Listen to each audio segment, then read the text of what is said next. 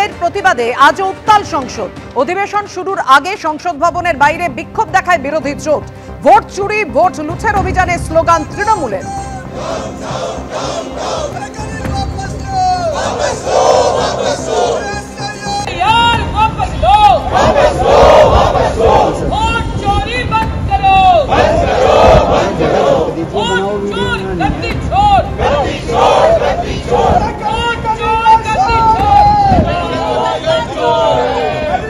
নির্বাচন কমিশন প্রকৃতপক্ষে বিজেপির একটা এজেন্সিতে পরিণত হয়েছে।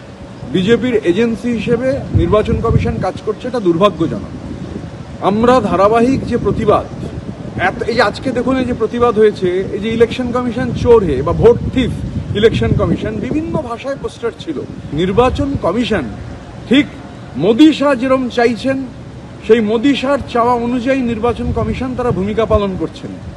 এই যে কে প্রধান নির্বাচন কমিশনার কে সবাই জানেন, আমি তার মধ্যে আর যেতে চাইছি না।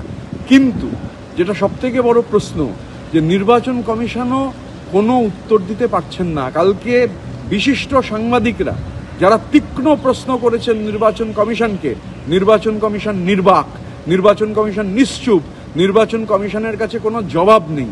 নির্বাচন কমিশন আসলে বিজেপির এজেন্ট হিসেবে একদিকে জেনুইন নাম কেটে দিতে চাইছেন, আর অন্যদিকে ব্যাকডোরে এনআরসি করতে চাইছেন। অপোজিশন ঐক্যবদ্ধ।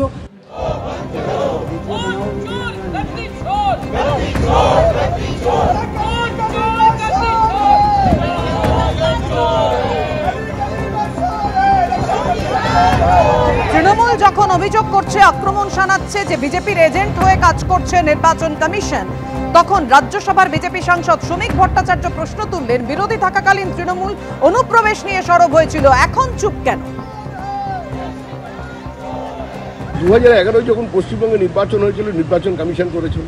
2014 নির্বাচন, 2019-এর নির্বাচন, 2021-এর নির্বাচন, 2024-এর নির্বাচন, তখন একবারও তৃণমূল কংগ্রেসের কথা বলেন।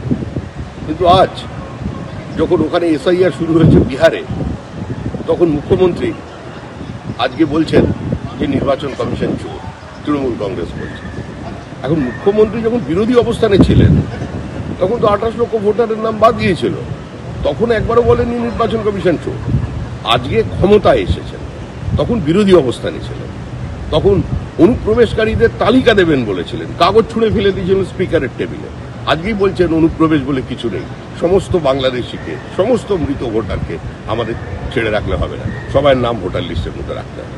এটা চলতে পারে না। আপনারা জানেন রাহুল গান্ধী ভোটার অধিকার যাত্রা শুরু করেছেন রবিবার থেকে। সাসারাম থেকে আজকে গয়া তিনি পৌঁছেছেন এবং সেখানে গিয়ে রাহুল গান্ধীর এই ভোটার অধিকার যাত্রার সামনেই একেবারে বিজেপির পতাকা দেখানো হলো, যাদের বিজেপি কর্মী সমর্থকদের উদ্দেশ্যে ফ্লাইং কিস ছুঁড়ে দিলেন কংগ্রেস সাংসদ।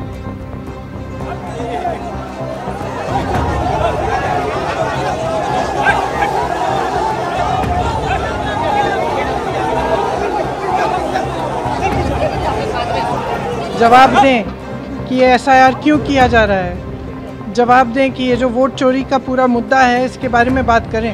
राहुल जी किसी हमले से नहीं डरते, सह लेंगे सब कुछ और लड़ते रहेंगे, बिल्कुल पीछे नहीं हटेंगे। और ये तो अफिडेविट जो ये मांग रहे हैं, ये तो बिल्कुल फिजूल की बात है। जैसे ही अफिडेविट आएगा वो बोलेंगे कि 45 दिनों के बाद दिया है, तो ये उसको रद्द कर देंगे।